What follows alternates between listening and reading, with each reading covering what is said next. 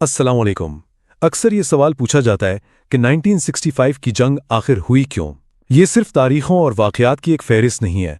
इस जंग को सही मानों में समझने के लिए हमें उस माहौल को समझना होगा जिसमें ये फैसले लिए गए, वो सियासी और स्ट्रेटेजिक पस मंज़र जिसने बर्रे सगीर को एक बड़ी जंग के दहाने पर ला खड़ा किया था। देखें, कोई भी जंग अचानक शुरू नहीं होती। इसकी जड़ें आलमी सियासत, इलाकाई ताकत के खेल और मुल्क के अंदरूनी हालात में गहराई तक पेवस्त होती हैं। 1965 की जंग के पीछे भी यही अवामिल कार फरमा थे जिन्होंने पाकिस्तान और भारत को एक दूसरे के सामने ला खड़ा किया। अगर हम इस पूरे माहौल को ना समझें तो ऑपरेशन जिब्राल्टर जैसा बड़ा फौजी मंसूबा शायद बेमानी सा लगे, लेकिन जैसे ही हम उस वक्त के हालात को देखते हैं तो उन फैसलों के पीछे छुपी सोच, वो मंतिक बिल्कुल साफ नजर आने लगती है। तो इस पूरी तस्वीर को समझने के लिए हम इन 6 पहलुओं पर बात करेंगे। आलमी सर जंग के माहौल से लेकर पाकिस्तान के अंदरूनी सूरत हाल और फौजी ताकत के तवाजुन तक, ताकि ये सब कुछ वाज़ेह हो सके। 1965 की जंग को तारीख में एक अहम मोड़ समझा जाता है। क्यों? क्योंकि ये पाकिस्तान और भारत के दरमियान पहली कुल वक्ती यानी ऑल आउट जंग थी। ये कश्मीर में होने वाली छोटी मोटी सरहदी झड़पों से बहुत आगे की बात थी। अब दोनों मुमालिक की पूरी फौजी ताकत आमने सामने थी।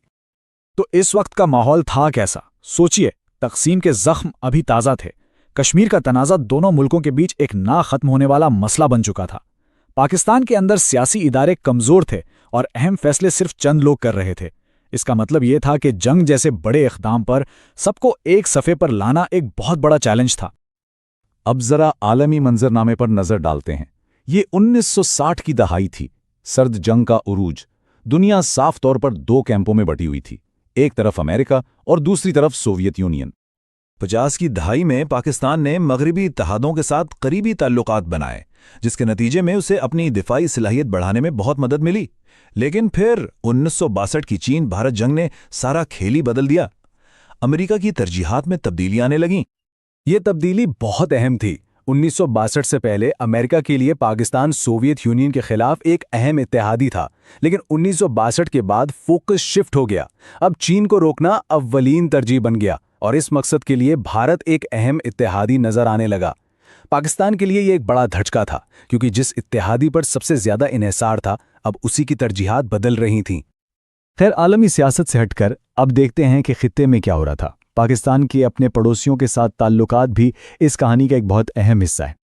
सिफारती महाज पर तस्वीर काफ़ी मिली जुली सी थी।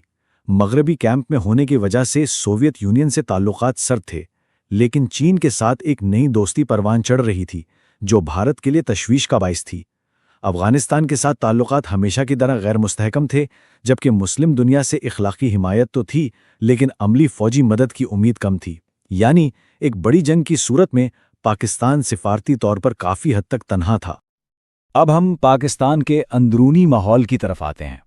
इस वक्त मुल्क के अंदर सियासी और नफसियाती फिजा आखिर थी कैसी? इस वक्त तमाम इख्तियारात सदर अयूब खान के हाथ में थे। वो मुल्क के सदर भी थे और फौज के सरबराह भी। इसका मतलब ये था कि जंग और अमन जैसे बड़े फैसले किसी पार्लियामेंट या काबीना में बहस के बाद नहीं, बल्कि एक बहुत छोटे और बंद दायरे में किए जा रहे थे। और इसी दौरान रन ऑफ कुछ में भारतीय फौज के साथ एक सरहदी झड़प हुई। इसमें पाकिस्तान को कामयाबी मिली। इस वाक़े ने आप कह लें मुल्क में एक ज़बरदस्त किस्म की खुद एतमादी की लहर पैदा कर दी। लेकिन तारीख हमें बताती है कि कभी कभी एक छोटी फतह का नशा मुस्तकबिल के लिए गलत अंदाजों का सबब भी बन सकता है।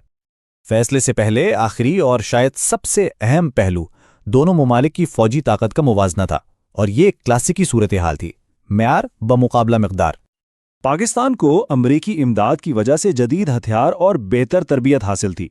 खासतौर पर टैंक और तोपखाने में मेयार की बरतरी महसूस की गई। इसके मुकाबले में भारत को मजमूई तौर पर तादाद में वाज़े बरतरी हासिल थी। लेकिन जंग में एक और चीज़ बहुत अहम होती है, जिसे कहते हैं लॉजिस्टिक बर्दाश्त। इसका सीधा सा मतलब है जंग को लंबे अरसे तक जारी रखने की सलाहियत, और यही पाकिस्तान की एक बड़ी कमज़ोरी थी। देखें, जंग सिर्फ पहले दिन के हमले का नाम नहीं, ये मुसलसल ईंधन, गोला बारूद और स्पेयर पार्ट्स का इम्तिहान होती है। अगर ये निज़ाम कमज़ोर हो तो तवील जंग में रियासत दबाव में आ जाती है। तो इन तमाम पहलुओं को सामने रखते हुए आलमी दबाव, इलाकाई सियासत, अंदरूनी खुद एतमादी और फौजी ताकत का तवाज़ुन, अब हम इस सोच को समझने की कोशिश करते हैं जिसने आखिरकार जंग का फैसला करवाया। पाकिस्तान की क़यादत ये समझ रही थी कि कश्मीर में दबाव बढ़ाने का ये एक विंडो ऑफ अपॉर्चुनिटी है, एक सुनहरी मौका जिससे दुनिया की तवज्जो इस मसले की तरफ दोबारा लाई जा सकती है। दूसरी तरफ भारत का मौक़िफ़ बिल्कुल साफ था। कश्मीर में किसी भी कार्रवाई का जवाब सिर्फ कश्मीर में नहीं बल्कि बैनुल-अक़वामी सरहद पर दिया जाएगा ताकि पाकिस्तान पर भरपूर दबाव डाला जा सके, और यही वो नुक्ता था जहां दोनों मुल्कों की सोच आपस में टकरा रही थी। इस पूरे पस मंज़र को समझने के बाद अब सवाल ये पैदा होता है कि इस सोच ने अमली शक्ल कैसे इख्तियार की, जंग का आगाज़ आखिर किस मंसूबे से हुआ। ये था वो पस मंज़र जिसने 1965 की जंग की बुनियाद रखी।